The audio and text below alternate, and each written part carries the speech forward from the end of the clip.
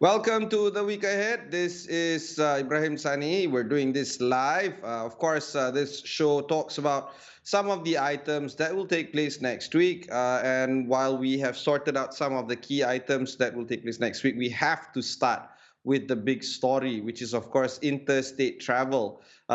With very close to 90% of the country's adult population fully vaccinated against COVID-19. Malaysians are anticipating the green light for interstate travel to be lifted as soon as Monday. Prime Minister Datuk Seri Ismail Sabri Yaakob has promised the leeway once we've hit that 90% number. And if you look at the world in data comparison, even though adult rates, vaccination rates have hit 90%, the total population of Malaysia is still quite substantial, but not enough. We're looking at about 70%. This is in contrast with, say, for instance, Singapore, which have had 85% fully vaccinated against their total population. Malaysia still has some way to go for that. But because of the promise that has been given, because of the need for some of us to do some interstate travel, and the fact that this is going to be lifted soon is going to be an extremely interesting fact for us to go through right now. So to understand better, we speak with public health specialist, Professor Dr. Farhan Rusli, to get his insights on what this means and what cautionary precautions that we have to take following the interstate travel. So interstate travel is actually not the reason for COVID to spread, but it's actually the poor adherence to SOPs during congregation and mass gatherings when people fail to follow the standard SOPs that's being given. So the onus is now back on the people. So when they allow interstate travel, which they should have months ago because it does not contribute, rather educate the people that once you are free to move, you have to be careful and take care of yourselves, that you should always ensure that you maintain the SOPs because you can get it anywhere. He also reiterated the significance of self-testing against COVID-19. Dr. Farhan said a clear guideline must be set up to assist Malaysians in detecting who, when, and how often they should be self-tested. I think this is where the government needs to actually present the national testing policy. As much as we want the people to self-test, but we should be able to hand them a guideline. Who are the people who should be tested? When should they be tested? How should they get tested? How often should they get tested? And once they get tested, what is the next steps after getting themselves tested? If they are positive, if they are negative, and so on. Now, this is very crucial and extremely important. Why? The reason the number of cases and the positivity rate in Sarawak is 38%, in Kelantan is 28% positivity rate, is because we are extremely logging in only positive cases, and yet we are not logging in a lot of the negative self-testing kits that people have done. So people report that they are positive, but a lot of people don't report that they're negative. So the next thing that we need to think about is, of course, the possibility of having a state election in Melaka. The political movements have seen how some of the political leaders are saying that the dissolution of the State Assembly was made in a hurry. Others are saying that they're meeting the TYT of Melaka. In fact, some outlandish proposals have come out by some politicians asking that the cabinet get involved, as in the federal cabinet gets involved in the state affairs. So because of this, we at Astro AWANI have asked around, particularly the regular folk, about what they think of the possibility of having state elections. This is just to get a feel of how things are on the ground. Generally speaking, they're not entirely too big on that idea, but we let you decide on the tone that is happening on the ground. Let's take a look. Kalau kita ambil balik iktibah daripada pengalaman ataupun peristiwa lepas, umpamanya pilihan raya yang pernah berlaku, yang pernah diadakan di Sabah. Jadi memang kita dapati memang penyakit yang yang berlaku ni mendatangkan ancaman yang menyeluruh kepada rakyat dan negara. Jadi sekali lagi lah saya mohon kepada Yang di-Pertuan Agong, jadi harapan daripada saya sebagai rakyat Melaka, pilihan raya harap ditangguhkanlah. Kalau kata nak undi, kalau boleh saya tak sokong. Sebab Melaka baru nak lepas nafas. Kalau undi, dia akan menyusahkan rakyat cari makan. Rakyat sekarang semualah susah ke masalah kewangan. Lagipun saya penganggur sudah setahun lebih. Kalau minta tolonglah kerajaan, jangan undilah. Sabar aja lepas setahun baru undi. Jadi saya sekarang cakap, undi sekarang kalau nak tak boleh. Pasal apa ni, COVID sudah banyak kuat. TV dalam pun sudah cakap macam-macam. Jadi itu sekarang baik tunggu tu COVID turun. Lepas itu baru kita boleh undi. Pasal apa kita tak boleh cakap boleh ada hidup tak hidup. Bila-bila pun semua kena. Macam itu kalau susah mau cakap undi. Jadi baik tunggu tu, hilangkan itu masalah. Betul tak bang? Ni masalah kasih hilang dulu. Kasih hilang dulu, baru kita pilihan siapa dia. The next item that we need to look at is on the after effects or the aftermath of schools reopening since last week. Not just public schools, but some private schools as well. And not just for the years that are taking critical exams like SPM, but of course all the junior years as well. After 1 week of reopening, we've had a conversation here at AWANI with NUTP, or the National Union of Teaching Profession. Vel Mohan Rangasamy, he was talking about more of the stories on how the teachers are ready to embrace technology and to embrace the PDPR, but at the same time, they are more than ready to start again physical lessons and perhaps take some lessons from the past 18 months or 19 months of the pandemic on how to improve on the safety of not just the students, but themselves as well. Take a listen. We can see that now many teachers, they have to come up with this new technique of teaching, which were actually, they were not actually trained for that, you know. So, but when they are put into this kind of situation, they have to learn. And many teachers, my friends, my colleagues, I know, I myself, we have to learn from somewhere, from the Google and all that. So various kind of technique that we learn from this method, and we try to implement that kind of a new method. So what we can do in future, we can make it presently, earlier, when we were teaching, the teachers will take the student to the computer lab.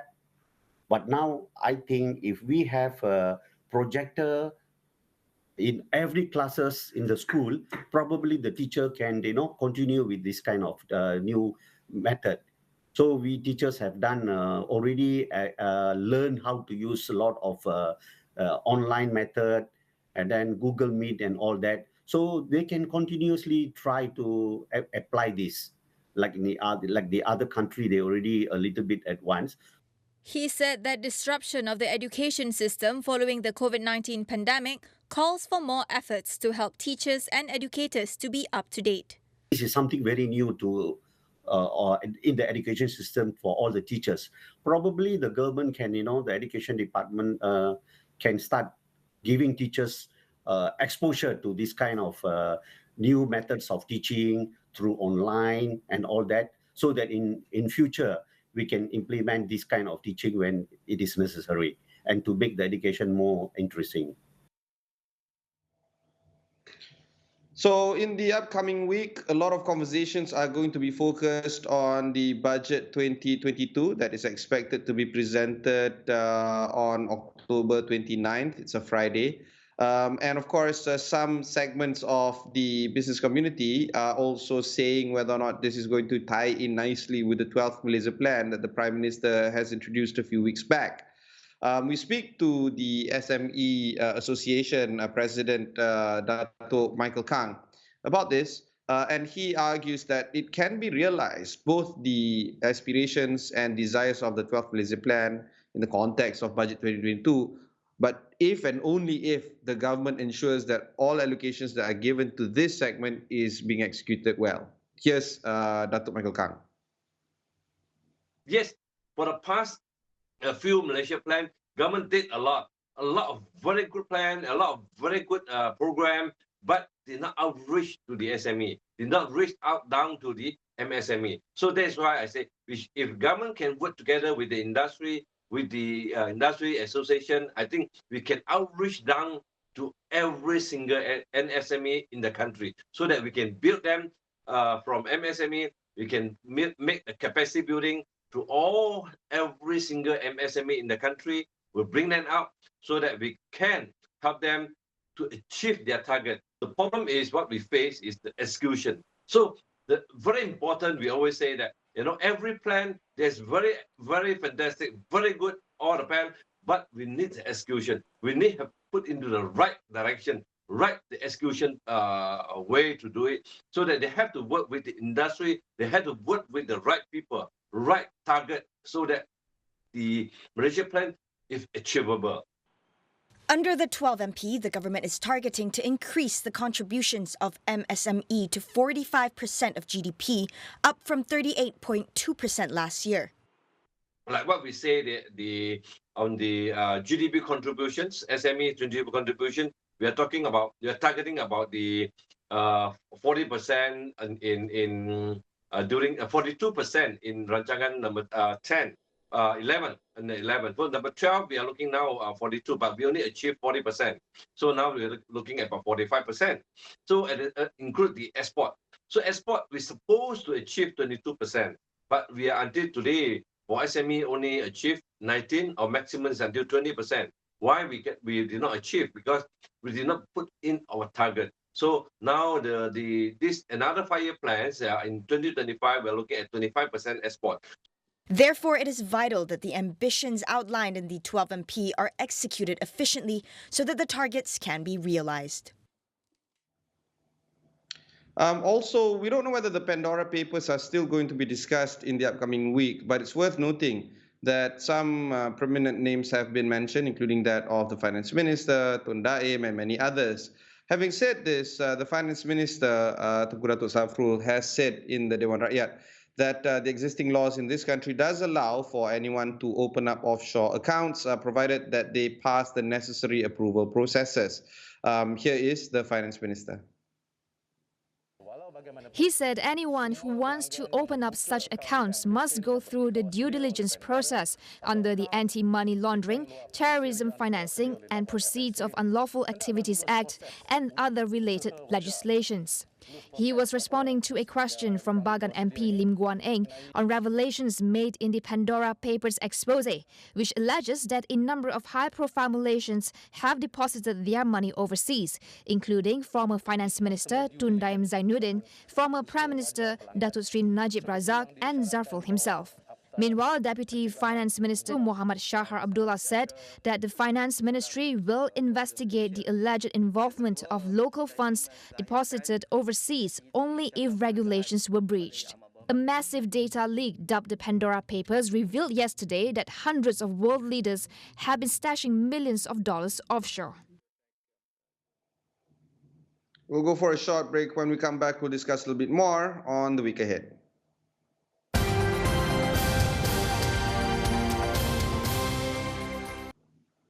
Welcome back to the week ahead. So in the upcoming week, we're going to be expecting a lot more conversations about vaccine, even though 90% of adults have been vaccinated in the country. There are still a lot of segments, including that of teenagers that is being vaccinated. My daughter just had her first dose. We're waiting for the second dose.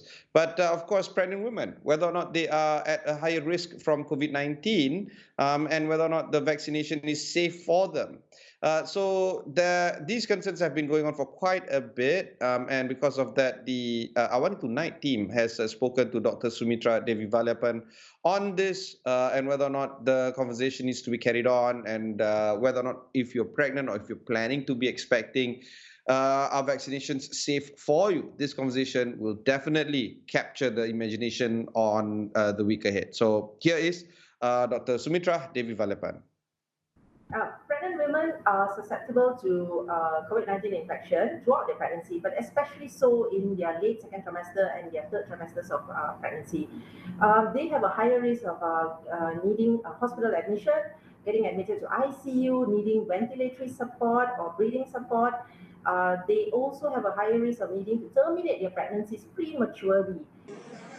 Malaysia has reported 144 COVID-19 deaths among pregnant women as of September 14th, with records showing that none are fully vaccinated.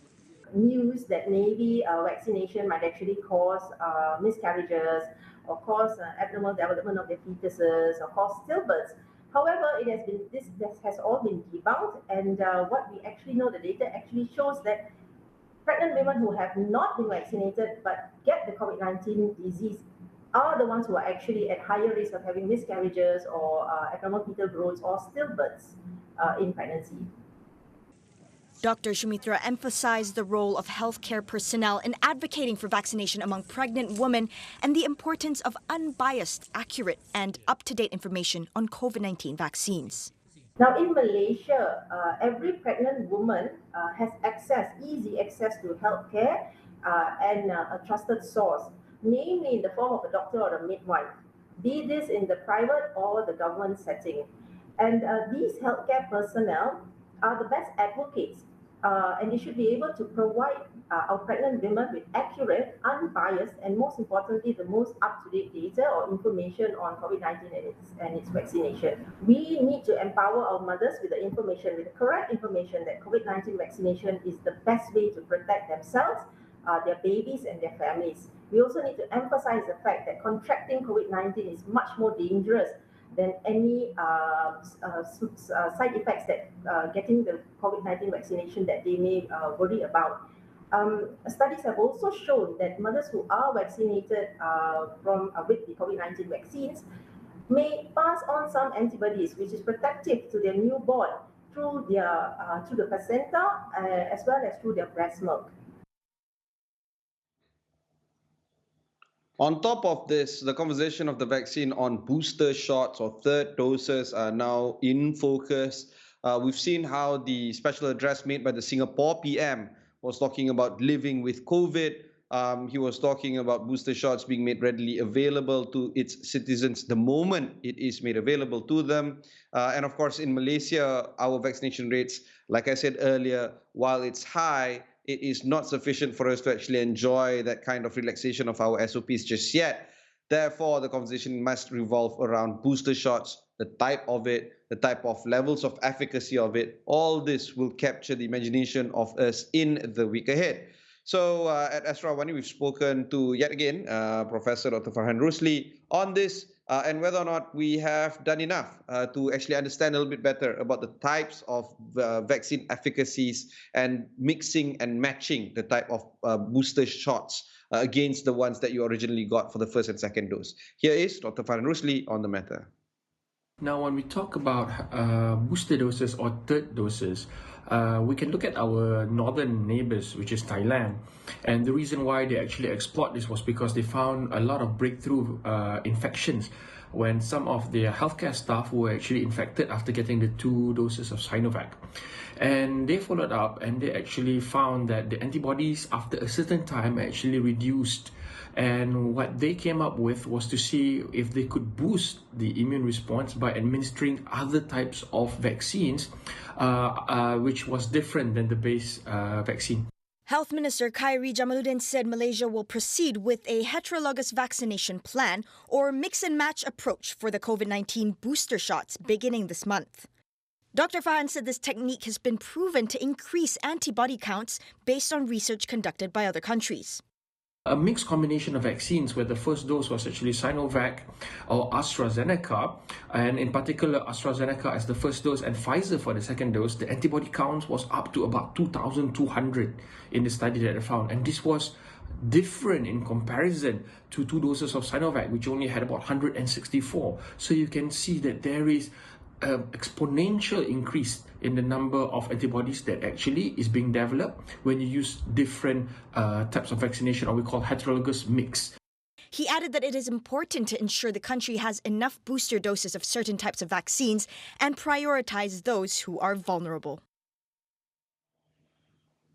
We'll be going for a short break. When we come back, we'll continue with the week ahead.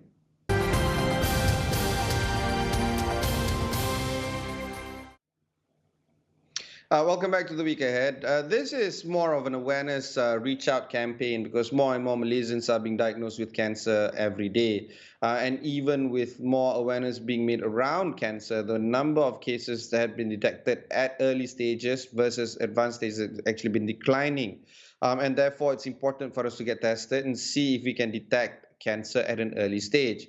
So in conjunction with Breast Cancer Awareness Month, or Pink October, we speak with consultant medical oncologist, Dr. Azura Rozila Ahmad, on early prevention in improving the survivability of cancer. Here's Dr. Azura. Narrowing in on breast cancer, based on data from 2012 to 2016, almost 48% cases were diagnosed at late stage, rising from 43% in the 5 years prior. Dr. Azura says cancer patients can have a high survival rate if detected early. Hence, updated data on high-risk groups are crucial so that outreach programs on early detection can be carried out more effectively. Really incorporate a system where we could have early detection. So we need to identify who are at risk groups so that we could target those people. So I mean, obviously we can go by age for that. The next thing is the diagnosis. We need to have a system to ensure that if there is a concern, there is a process to ensure that we can diagnose it quickly, a timely diagnosis. And when we deliver the care, it has to be a quality care that is affordable, and to reduce fair treatment for everyone. Dr. Azura says it is time for Malaysia to commit to implementing a more effective cancer control plan that emphasizes on equitable access to screening and treatment, as well as increasing investments into innovative cancer treatment research and technology. High-income countries, they spend a lot of money, and they have they incorporate innovative treatments, and we know that innovative treatments with better surgery or better drugs and so on has actually improved their outcome. And if you actually see the statistics in the West or in high-income countries, the 5-year survival is reaching 90% for breast cancer. Whereas in Malaysia at the moment, I mean, whatever data we have, we're about 66%.